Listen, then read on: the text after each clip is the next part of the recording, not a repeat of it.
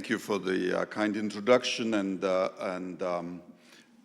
good words about my country. Ladies and gentlemen, distinguished guests, thank you for your invitation. It's a privilege to be here today at the European University Institute in the beautiful town of Fiesole, near to the beautiful city of Florence.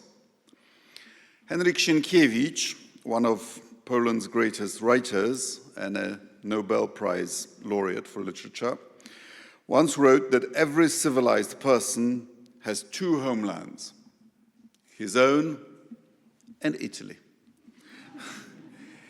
Yesterday marked an important anniversary in Italian history. On March 17th, 1861, the Kingdom of Italy was proclaimed. We have made Italy, now we must make Italians, Massimo d'Azeglio famously remarked at the time. The birth of a unified state did not immediately bring social unity. No wonder. Unity is neither a binary nor a static concept. It is a continuum and a process. At the end of the 18th century and to the middle of the 19th century, millions of Americans regarded themselves as Virginians or New Yorkers. Only by coming to Europe they were called Americans and finally recognized that they are one nation in effect of a bloody civil war. It requires persistence, patience, and the willingness to continuously overcome ever-present divisions. Humans are social animals and individualists at the same time. We keep asking ourselves the same question: are we better off together or on our own? Currently, in times of what some already call wrecking ball politics, the question seems to be omnipresent. Should we preserve the norms and regulations built over the years to keep us together, or should we tear them all down and start afresh? The number of actors opting for the latter has undeniably grown. Ironically, even the country which played a leading role in building that very international order after the Second World War, the United States, now questions its foundations. This gives an extra boost of confidence to those who seek to dismantle the system entirely. Many states see disruption as an opportunity, hoping the new arrangement will be more beneficial to their interests. I think it a bet that may play out badly for most of us, except for the biggest and the most powerful. Others go even further and claim we need no fixed guardrails at all. Flexibility and transactionalism have become the buzzwords of the day. What these countries want is not a rules-based, but a deals-based international order. They see international relations as an ever-changing constellations of ad hoc coalitions, made and unmade, depending on the current needs and interests. To those people, I can only say, be careful what you wish for. The flexibility you so desire can easily bring about chaos and a dog-eat-dog world. Transactionalism has its appeal as a down-to-earth, supposedly pragmatic approach. But even the most unsentimental transactional relations must be based on some trust and predictability. And these are increasingly hard to come by. The attack on Iran, launched by Israel and the United States on February 28th, was, I assume, conceived as a security operation, but also as a message to America's adversaries. Quote, "This regime will soon learn that no one should challenge the strength and might of the United States armed forces. There is no military on earth even close to its power, strength, and sophistication, end quote, President Donald Trump said at the time. Another quote, we are not defenders anymore. We are warriors trained to kill the enemy and break their will. This is Secretary Pete Hegseth announced on March the 2nd, Secretary for War. I was a defense minister. I wish they'd called me Secretary of War. But we still have a defense ministry. One can hardly sympathize with the Iranian regime, which is nasty and responsible for killing thousands and impoverishing millions and turning their country, which is blessed with natural riches, into a despotic backwater. But the sound of bombs pounding Tehran sent a message not only to America's adversaries, but also to its allies. Many invested heavily to stay in President Trump's good graces. Many appealed to Washington not to strike, and many found their appeals and interests overridden by other calculations. None of us here can predict how long this war will last, how stable the eventual ceasefire proves to be, or how it will affect American military presence in other parts of the world. What's clear is that the war is already spreading. The NATO mission in Iraq is being evacuated as we speak. South Korean officials and media report that Washington is already relocating parts of a missile defense system installed in South Korea to the Middle East. Instability threatens our continent as well. Russia's war against Ukraine has violated a fundamental principle that we recognized after 2 bloody wars in Europe: the sanctity of internationally recognized borders. More than 1,000 soldiers on both sides are now killed or wounded every day. Millions of civilians have been displaced. Material losses have reached hundreds of billions of euros. The consequences extend far beyond Ukraine. Each cyber attack, each act of sabotage, each airspace violation inspired by Russia across Europe is a test designed to probe the resilience of our societies and the strength of our cooperation. For decades, Europe based its security on the transatlantic alliance. The deal was, at core, simple and mutually beneficial. Europeans deferred to the United States on matters of security, and in exchange enjoyed the peace dividend that Washington provided. It seems no longer. Subsequent US administrations were right to push Europeans to take security more seriously, and they failed. This one, to give credit where credit is due, President Trump in his first term and now has succeeded. They deserve credit for that, but Europe has also done its bit. Since President Trump's first term in office, European spending on defense overall has doubled.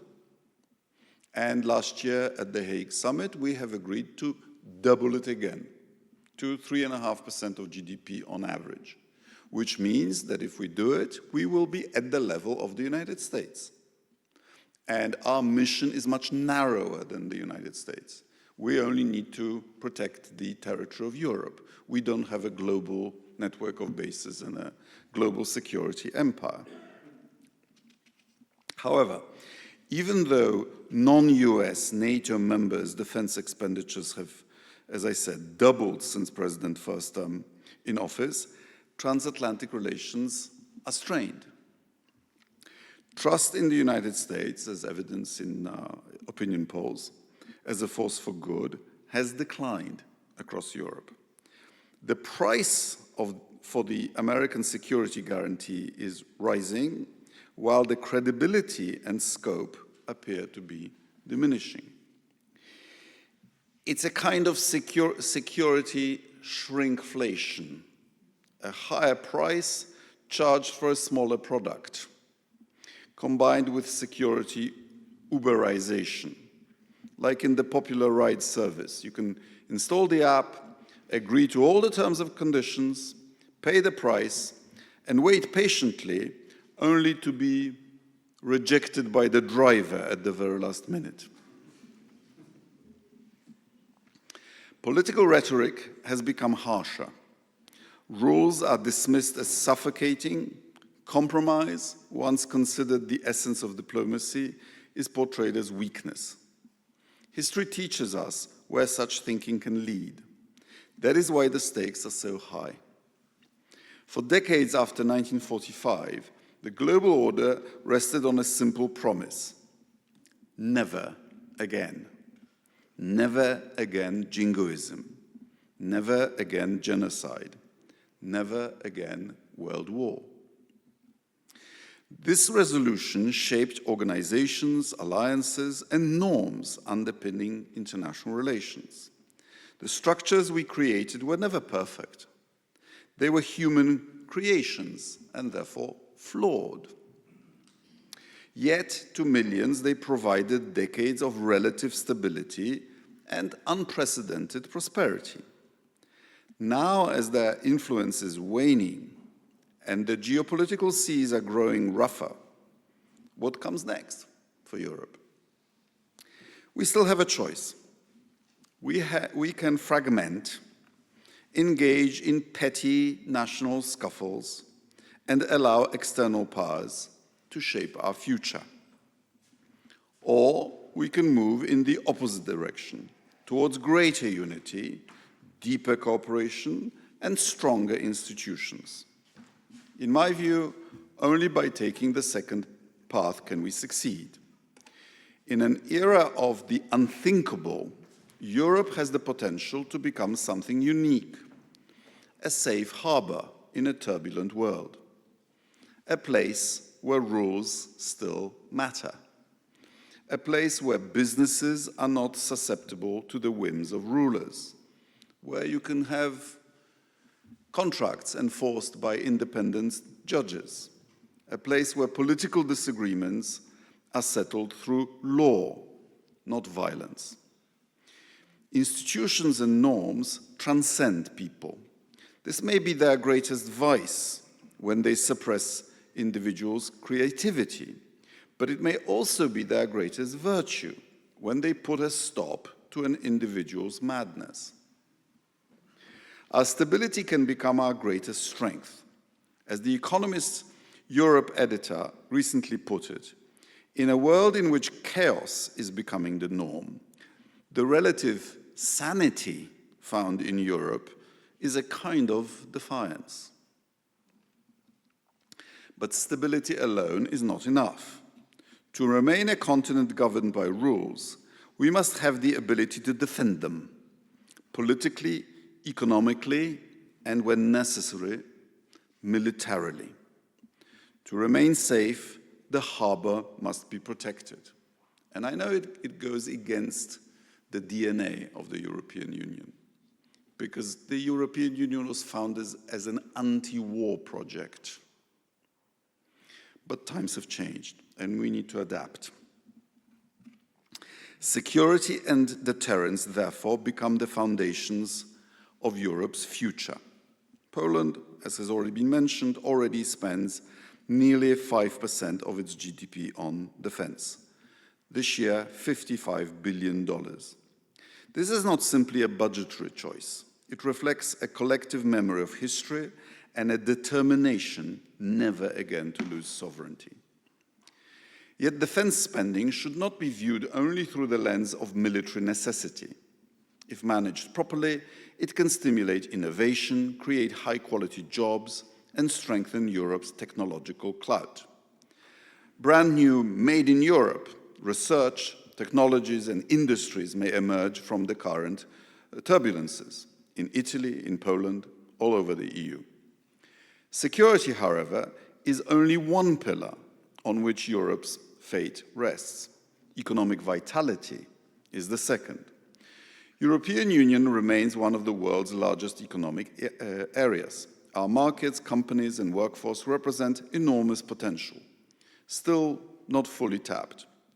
Recent reports by Mario Draghi and Enrico Letta point the way, completing the single market, strengthening capital markets, strengthening innovation, mobilizing our savings.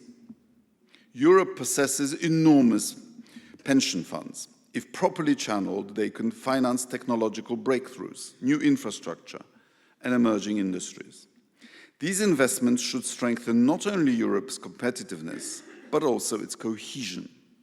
We already deal with enough social dissatisfaction and resentment.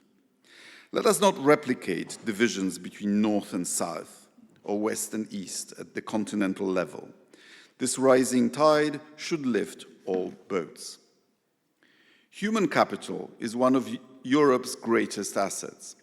Most of it is homegrown, but our companies and academic institutions remain magnets for talent from around the world, and their attractiveness appears to be growing. A poll by the journal Nature, conducted a year ago, found that 75% of researchers in the United States were considering leaving the country. And let's not put obstacles in their way of coming to Europe.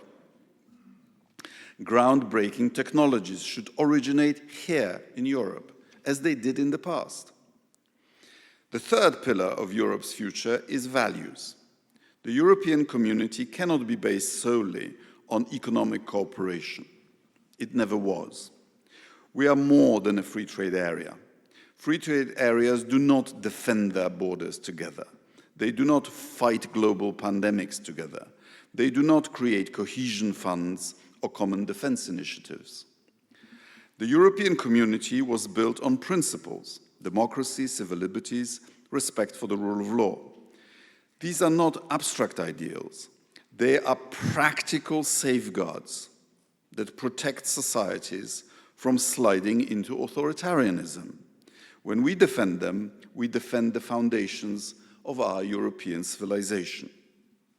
In the emerging global disorder, Europe does not need to imitate great powers that rely on domination or coercion. It does not need to become a ruthless predator in a world of predatory hegemons. Our strength lies elsewhere. The EU has already been called the world's greatest regulatory superpower. Regulations, if overdone, can choke creativity and innovation. But applied in moderation, cleverly, they create a space where rules are stable, markets fair, and institutions effective. Investors, more urgently than ever before, seek stability. Individuals seek freedom and opportunity. If Europe provides both at the same time, talent and capital will come here. Global military presence is not indispensable to achieve global influence or to achieve security. By building a continent where peace, stability, and prosperity are protected by strong institutions, Europe can exert global impact and give global example without pursuing an imperial agenda. It does not need to claim its right to a sphere of influence to actually have one. This vision can be summarized by three interconnected ideals. One, Europe as a geopolitical union capable of defending its interests. Two, Europe as a union of growth and competitiveness, securing prosperity for its citizens. And three, Europe as a union of values, protecting democratic institutions and individuals' freedoms. One cannot function without the others. Security without prosperity is unsustainable. Prosperity without values is hollow. Values without security are vulnerable. Ladies and gentlemen, as wrecking balls are flying around us, the European Union faces a choice. Either it becomes a community capable of action, or it will be reduced to a condominium, or at best, an open-air museum. Only together can we build the strength to deter aggressors, to maintain social cohesion, and to defend the values on which our civilization is based. And last but not least, to earn the respect of our allies, including the United States. Our old continent shaped the world in the past. It can still shape the world's future. Thank you very much.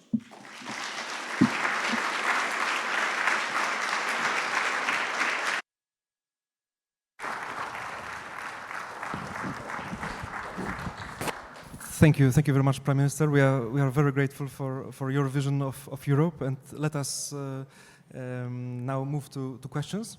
We'll have a few, and then we'll open up the floor to a short Q&A session. If I may come back to your recently published book in Polish, From Trenches to Europe, where you, this is a collection of essays published in Poland and in Great Britain about obviously many topics, but one of the topics is obviously European integration. And you wrote that one of the aspects that changed in your intellectual biography is your relationship with the European project. And I wanted to ask whether your slightly Eurosceptic view, if I can say so, in the past helps you understand the view of those who are today against the European project? I confess unashamedly, I was a Eurosceptic in Britain in the 1980s. And the reason for that was that I believed what I read in the British press. Which I subsequently discovered was just factually incorrect. Serious newspapers would mislead you about how a European directive is agreed. You know, if you read the Daily Telegraph or the Spectator and others, you would think that bureaucrats in Brussels cooked it up and then by fiat, by decree, imposed it on member states. And that's simply not how it works, as I'm sure I don't have to explain at the European University in Fiesole. But you see, that experience of being misled by people that I trusted motivates me today to prevent Poland from repeating Britain's mistake. Because I somewhat blame the European Commission, because they had a duty to know what's going on. And what they should have done is, back in the 80s and 90s, have a really provocative, in the best British sense, eloquent spokesman of the Commission office in London, every day parrying the lies, but in a way that the British public would find not just credible, but also attractive. But it wasn't done at the request of successive British governments. No, let's keep quiet, don't worry, we'll manage it. And then, of course, they didn't manage it. So I am determined, and I take the Polish contingent here for my witnesses, that in speech after speech after speech, I try to explain and I try to defang the worst lies and misconceptions. Mm-hmm. And if I may ask one follow-up question, you are seen as one of these foreign ministers in the European Union who understand the UK mostly. And do you see now any kind of idea or need for an idea to propose a new vision of the relationship between the EU and the UK? Well, they can reapply,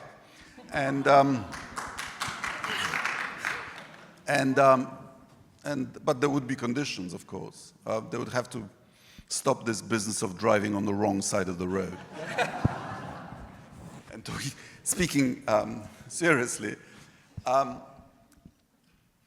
I think the British political class, most of it, never mentally entered the European Union. In Britain, you always spoke of Europe as them.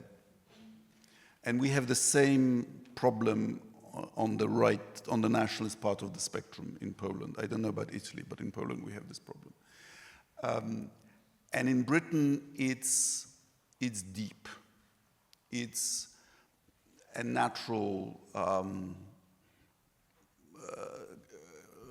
tendency to look inward when you're an offshore island, but it's also the legacy of empire. And I don't mean in a crude way that, you know, that they want to become an empire again. No, but empires that were not defeated in war find it impossible to live by other rules other than their own, to adjust to a process over which they do not have sovereign control. And in this sense, even though they voted for the great majority of directives that were passed, they found it more uncomfortable than the rest of us. So it goes right to the beginning of their application even. So I think I'm wrong. I think I'm right in saying that for every other member state, joining the European Union was the solution to some historical trauma. In other words, it was success, an escape from failure. For the British, uniquely in the 1970s, applying was an admission of failure. And this was humiliating for them. And they never got over it. I would like to come back to the geopolitical dimension that you mentioned in your speech, and you see we are keeping you awake, so that you have to look to the right and to the left. And I would like to ask you a short question, but I really would like you to elaborate on that if possible. Do you think that the idea of European Security Council that was now brought back, I would say, to the discussion by Commissioner Kubilius, but if I remember correctly, and I'm looking at the German ambassador Thomas Bagger here, I think it was Angela Merkel who actually came up with the idea in 2016, if I'm not wrong. So do you think that creating something like European Security Council that would perhaps facilitate decision-making among the core member states would help the EU and perhaps also NATO to some extent to move forward on the geopolitical dimension that you spoke about? Now, wait a second. Different people have a different conception of what a security council would mean.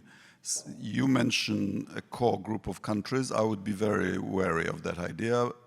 We shouldn't exclude anybody. We shouldn't confirm Eurosceptic suspicions. That's not the right direction. The idea that I heard from Angela, I think it was about the top institutional holders, the President of the Council, the President of the Commission, and the President of Parliament. But we are not a federal state. It is issues of war and peace are issues of the member states. There are other ideas floating about. So, some of the largest member states support going to dropping unanimity. The trouble with that is that the current double majority has made a swing of power that is too large in favor of the largest member states. So under the previous system, under Nice, it was more balanced. And the largest states now find it too easy to put together a blocking minority. And this would be very controversial, at least before enlargement. I mean, Ukraine's accession changes the mathematics. But at the moment, it would be politically impossible in Poland, for example. My political group in the European Parliament proposed yet another solution, 4/5 of member states. These ideas are a hot potato, and our government would not, at the moment, countenance them. But I think it's useful to keep a discussion going in the formula of the conference for the future of Europe. And there is one area in which I could, go on the rostrum in the Polish Parliament and argue in favor of dropping unanimity, and I wouldn't immediately be denounced. Okay, and it's the area of sanctions. Because we have learned that one country can block imposing sanctions that should be imposed. And even our nationalists, I think, get that. That, it's wonderful to have veto, but others also have the veto, and it can be very damaging.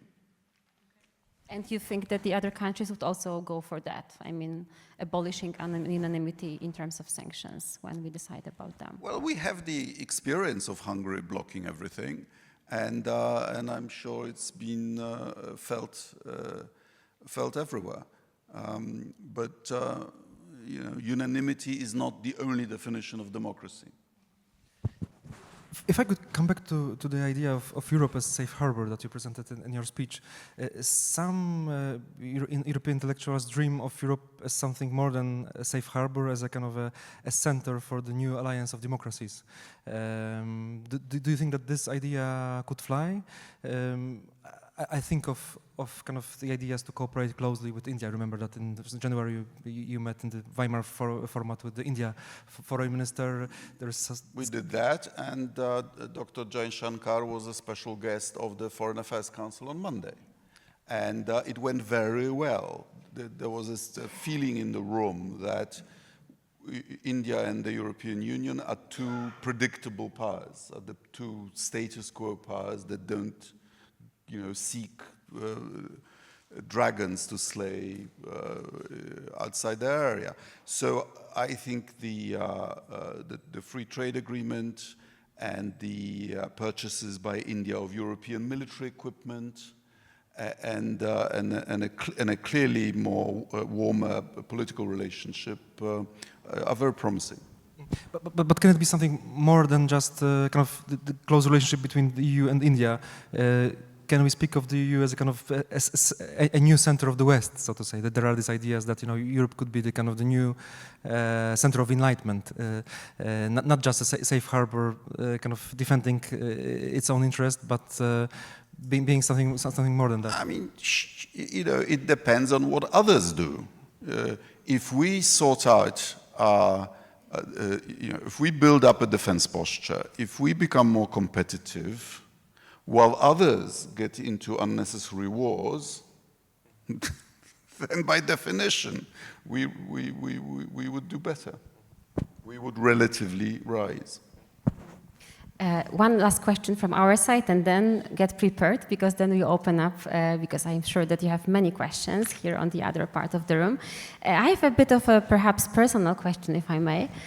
You mentioned that you almost, you were Minister of Defense, not Minister of War, but we can discuss it certainly. But you also have been, of course, the Minister of Foreign Affairs between 2007 and 2014. And then, right, yes. And then after a couple years of break, you came back to the office. And I would like to ask you, what has changed? Because I think that you came back to the office in a totally different world. Maybe not, but what has changed for you within perhaps your function as a foreign minister of Poland in 2023? Well, Poland is much richer. We are now the world's 20th economy, and we will be at the G20. Marco Rubio tells me, not as an observer, but as a member. Okay. 15 years ago, the United States was the leader, was a willing leader of the Western world, and for I think all of us, it was natural and obvious and unquestioning. And now we don't know if they want it, and we disagree about some issues. 15 years ago, so Russia did the Anschluss of Crimea, but it was bloodless. Georgia before, but Georgia fired the first shots. So it wasn't entirely clear that Russia was really going on, to conquer neighbors. And now, we have the fourth year of a bloody war. It then wasn't quite so clear that China has built this amazing economy and infrastructure, and that we would be learning from China in many areas rather than the other way around. So yeah, things change. So it's more exciting now, actually, no? There is more to worry about. Let's open up.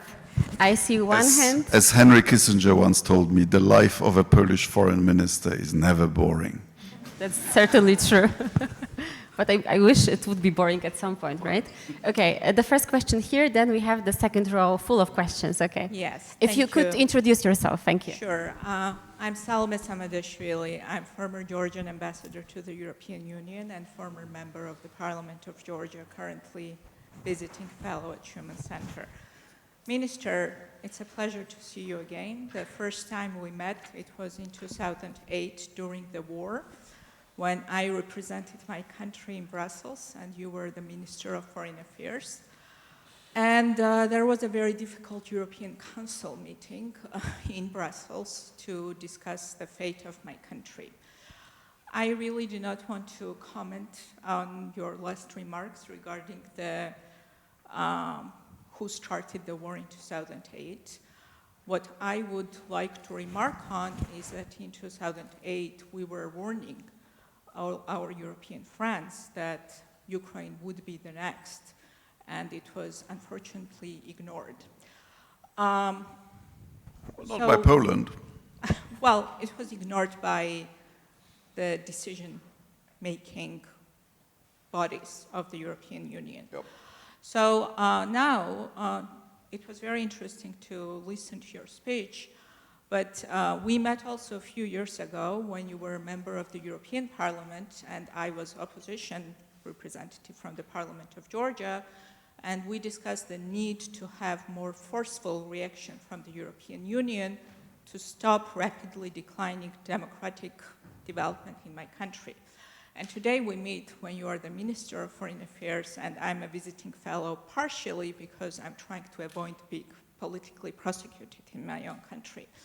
So given that the European Union has basically, due to the inability to act as a unified actor, failed on many accounts, if you just take my own country, do you think that you have the luxury to continue discussing rather than acting, including the need to reform how the EU can perform better as a geopolitical actor? Because just the last sentence, you mentioned the UK, and it is quite amazing because I'm still, dividing my time between Florence and Georgia, and whenever I go back, people stop me in the street and ask me why the European Union is not sanctioning the government, which is basically destroying our lives. And it's very hard to explain how one country can block the EU action. And the UK, by the way, was very successful in sanctioning the proxies of the government that runs my country right now. So what I'm saying is that you don't have much time to turn Europe into a successful geopolitical actor given the competition, especially in the neighborhood. And I was wondering if you have some thoughts how that can be changed, because we don't have much time in my country. Thank you. Well, on sanctions, I think I've made my point clear already. On the history, you may not believe me, but 3 days before the fighting in South Ossetia started, the Georgian ambassador in Warsaw came into my office and said that Georgia decided to enforce constitutional order in South Ossetia. And if the Russians resisted, it'll mean war. And I asked him, Ambassador, and when Georgia goes to war with Russia, what do you think the outcome will be? Who's going to win? And he hadn't thought of that. And unfortunately, your then president made a terrible mistake. He was warned repeatedly by Condi Rice, by myself, that if Georgia is seen to provoke the war, Georgia will not join NATO, which was on the cards at that time, and that it's physically very difficult to come to Georgia's assistance. And as you know, your best brigade was at that time in Iraq, of all places. And so we now have your country being run essentially by its owner, if I'm right. And of course, we should be able to sanction those who persecute civil society. Some people want to withdraw Georgia even from the visa, not facilitation, but liberalization. I have to tell you, I have my doubts. You know, I remember under communism, the fact that we could go to West Berlin or to Vienna without a visa was a window to liberty for us. So I believe in sanctioning the guilty, not the majority of the people. And on Ukraine, of course, I would like countries to do, and the EU to do even more. You know, the Ukrainians desperately need anti-aircraft missiles. They desperately need deep strike weapons, and I'm looking at Ambassador Baga now. But give credit where credit is due. Europe has done for Ukraine over the last 4 years more than I would have expected 5 years ago. We have spent 200 billion on Ukraine. We are, I think we'll get there, going to give Ukraine another 90 billion, lend to Ukraine another 90 billion. We have emptied our inventories of weapons, hundreds of tanks, dozens of fighter jets, thousands of howitzers, APCs, and so on. You know, this may sound strange to you, but my country has fought Russia many times in the past. Not once did we get anything like this from our European allies. Maybe you could argue that the French assistance in 1920, but it was very brief. It was generous but brief. It was comparable. And Ukraine is fighting very bravely. They are recovering territory. I think sometime this year, Putin should at least conclude that President Trump cannot, so to speak, deliver either Ukraine or Europe on a program of forced capitulation, and that therefore he will have to negotiate for real. Thank you. One question here. Let's go to Julian, second row. Is there a mic coming towards you? Thank you very much. Julian Feeling, a research fellow at the UI. So the three main issues of common European defense are often cited to be a lacking unity of command. Could you close your mic closer because I can't hear. Like this better? Yeah. Okay, sorry. So the three main issues of common European defense are often cited to be a lacking unity of command, the problem of fractured security and defense procurement, and differing strategic cultures. Is it time for a 28th Army, an EU army, to solve these problems? Right. I don't use that. I'm a pro-defense kind of guy, including pro-European defense supporter, as you heard. But I don't like the term European army, because armies are the core of national sovereignty and identity. And when you tell people that if what people hear is that you want to join up your national army with others, this will not fly politically. It will never happen. Even in the United States, during the War of Independence against the British, and remember, they all spoke English, they fought, they didn't unify their state militias. They created the Continental Army as something in addition to state militias. And this is what we should do.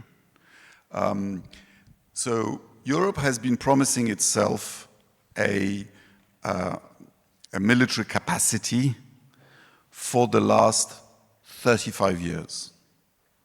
As a result of the wars of Yugoslav succession, in which 200,000-300,000 people died, Europe was saying, next time we'll have a reaction force of 40,000, 70,000.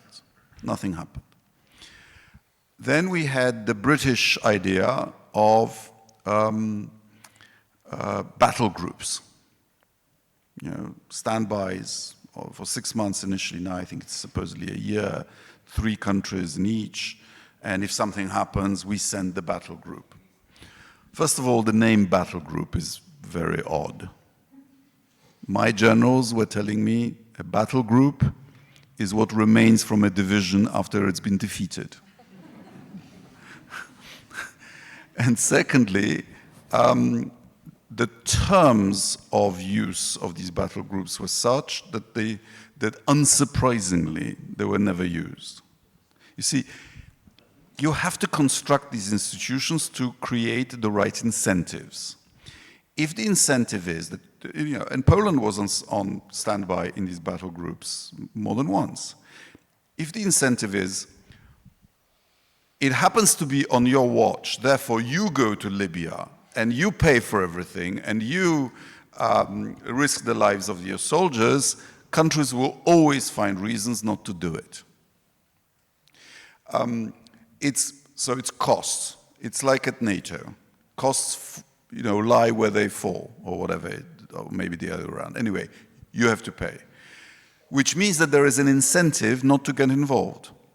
Whereas if the costs of equipping and of operating came from the EU budget, then those who didn't want to participate at least would be paying for it. Fair? Right.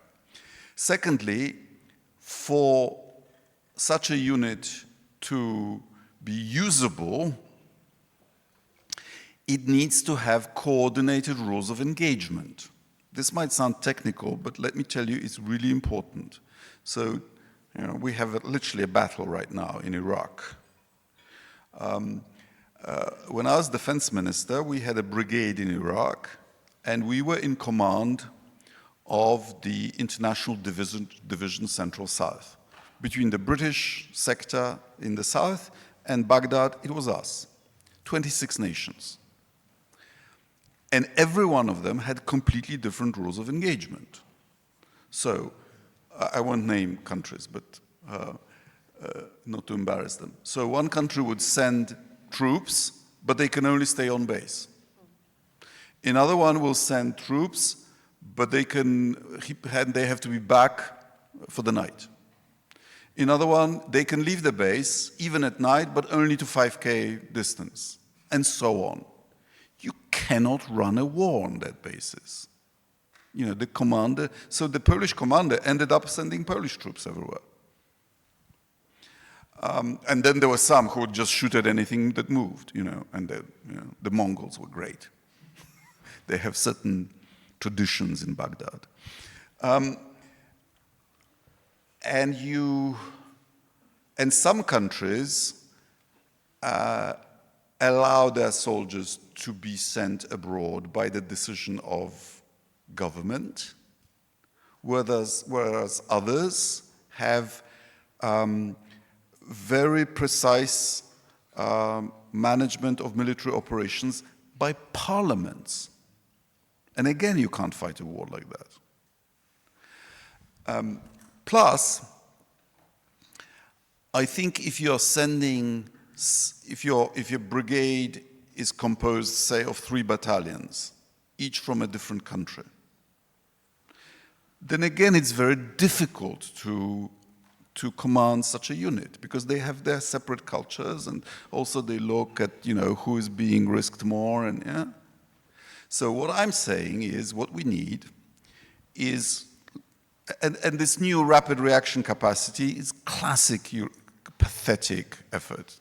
So supposedly we have a heavy brigade on standby, except for one detail. They don't have any communications.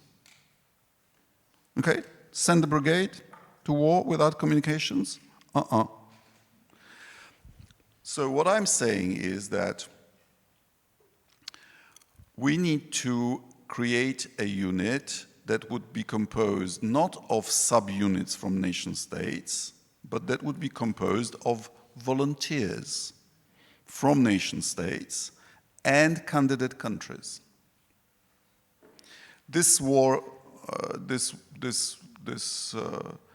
Russian aggression against Ukraine will eventually end. The Russians are going to have huge problems with their veterans, but so will the Ukrainians. I'd rather have the Ukrainians, who will be the most experienced soldiers in Europe. I'd rather have them in a European standing brigade than getting into post-traumatic stress disorder, or, you know, taking jobs or getting into trouble. And such a unit should have common rules of engagement, common, you know, be truly under European command. And you know, we don't need a Security Council. We have a Security Council. It is called Foreign Affairs Council, with a high rep who is our foreign and defense minister. And remember, the European Union has already conducted military operations. In fact, there are 2 naval operations right now, one in the Horn of Africa and one in the Red Sea. They could be more numerous and more powerful, but legally speaking, they exist. And more than that, they have used kinetic force before. We started early. Catherine Ashton ordered a strike on Somali pirates off the Horn of Africa, and piracy dropped by 70% for a while. We've had missions in Africa, but they tend to be kind of election monitoring, police kind of gendarmerie type of operations. But legally speaking, we could do this. And one of the ideas that I liked that my political group presented in the process of the Conference on the Future of Europe was that we could even do it under unanimity. Unanimity establishing an operation, and majority voting when developing or changing the operation. That would work for me. And if the United States, if the war with Iran takes time and drains US resources, if the Chinese decide to do Taiwan, as they probably will, again, the United States resources will be drawn there. And some warlord in Libya turns on the tap with mass migration. Is it really realistic that the United States would deal with that on our behalf? I don't think so. And it shouldn't. We shouldn't even ask. You know, we are a comparable economy. We should be capable of dealing with a minor emergency on our border. You know, the Russians are under pressure in Syria. They are losing Tartus as a naval base and Humaimin as a air base. They are developing 4 air bases in Libya and are trying to get rights in Tobruk. We should prevent them. Do we really want a Russian naval base 100 miles from Crete? I don't think so. We should prevent them, and such a unit could do it. Thank you for that. I will have 2 more questions, although I know it's dinner time already, but I just would like to comment, because from what you said, and I think that's important because we tend to forget it, the EU has the tools and we have the operational experience actually, and we have a treaty that we actually can also use. It's not perfect, we all know it, but it's there, and actually there's much more that we could do within the existing framework, right? Okay, 2 more questions. I know there are many hands, and I love you all, but we can't. So for the next time, you just have to stay longer than 1.5 hours. I would like to have the person at the back, because we haven't had the question in the back, but if you could please phrase the question as a short one. Thank you. Yeah, I will try to be short. Juraj Pala, PhD researcher in political science. I just build on the previous debate about European defense building, and the question is not easy to answer, but it's how to ensure that the building of the European defense will be used for peace purposes and not for more wars. So how we would ensure that it's used in this way, and also, as we mentioned, the European states are nationalist parties rising. So how we ensure that the European army also in this way would be used also for more peace. So how, yeah. Well, I mean, if it was under the authority of the European of the Foreign Affairs Council, trust me, it's not a collection of military hawks. It is extremely unlikely that all of the foreign ministers of all the EU member states would suddenly become predatory aggressors. I think our collective decision-making procedures are the best assurance that we would pursue purely defensive purposes. Okay, thank you for the short question. 2 more to go. Yes, we need a question from the first row from our guest. Thank you, Susanne Nies, Helmholtz Center Berlin. My question is the following. Last year, the US proposed in the 28 points EU accession of Ukraine as an alternative to NATO membership. Since then, there is a discussion on light EU membership of Ukraine. Question to you, would you support this? Why not pro? So some members of the MAGA movement believe that the European Union should be enlarged to include Ukraine and then to be dissolved. And I think more rigorous thinking is needed. As regards accession light or accession in reverse, this will not fly.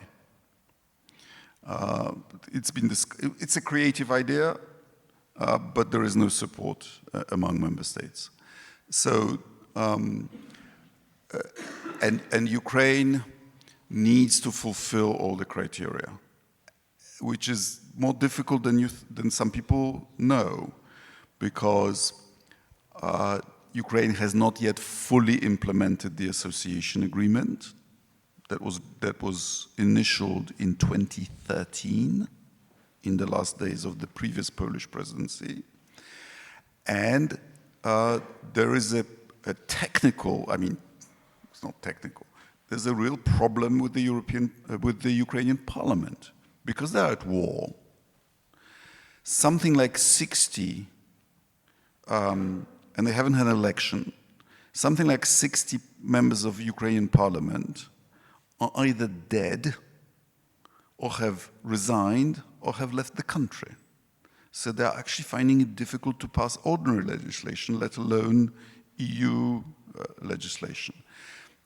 You know, to become compatible with the EU, they need to pass hundreds of laws. And we need to be sure that they are ready, because this is going to be a traumatized nation. And you know, we can't have a repeat of Hungary on a larger scale, or repeat of Poland under the previous government. So I understand they need encouragement, they need this goal. They've earned the status of a candidate, And of course, Hungary is wrong in blocking the first cluster, and I hope they change their mind. But remember that the treaty to allow new members needs ratification, and in some countries it needs referenda. And the last thing we want is for the referenda to fail. So we need to convince everyone that Ukraine is ready. And the final question of the evening goes to Raffaele.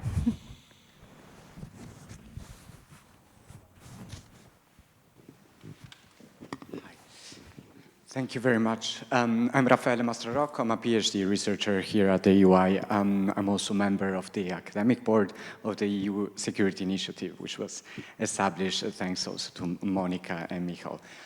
Deputy Prime Minister, I have a question which concerns about the discussions we had here.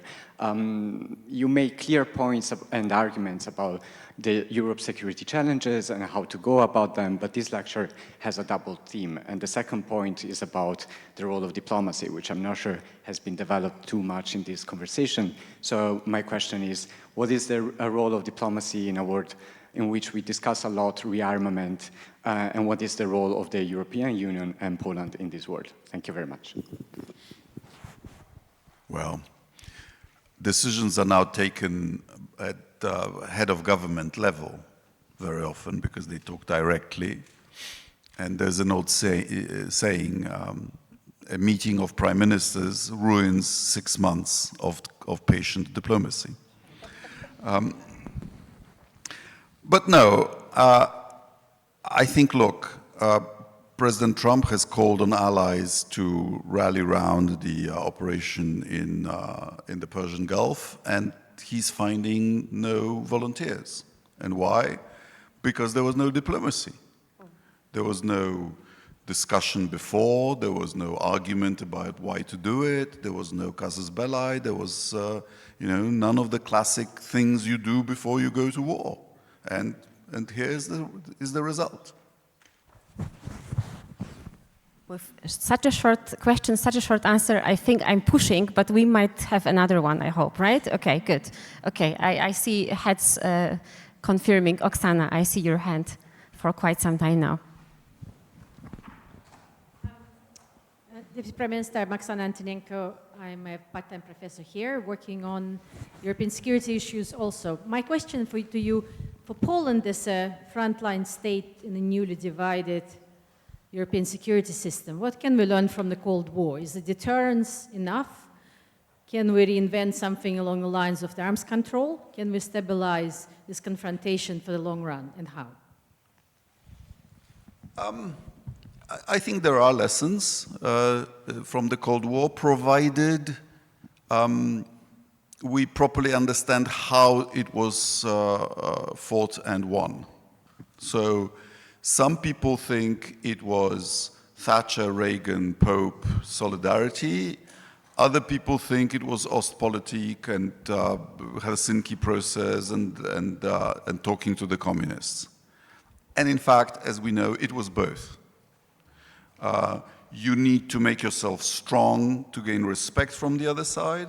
And of course, you need to talk to the other side to stabilize the relationship. I saw Putin on tape saying that he would not commit the mistake of Brezhnev, which was to bankrupt the Soviet Union by spending too much on defense. And he's doing exactly that. Russia is spending at least 8-10% of its GDP on defense. Possibly much more, because it's hidden in all kinds of other budgets. And it's running out of resources. One of the things I don't like about the operation in the Gulf is that it is giving, Putin is going to make much more money on his oil and gas. A war which it looked like the Russians would have to realize that they can't prevail, might last longer. Because the Ukrainians are not going to give up. By our estimates, just to conquer Donbass, Putin needs 18 to 24 months and 300,000 dead. Never mind the economic cost. And Ukrainians know this. So we need a combination of strength and diplomacy. And with that, I think that's the perfect final sentence of the evening. I would like you to join me in thanking the Prime Minister for coming to Fiesole and joining the discussion.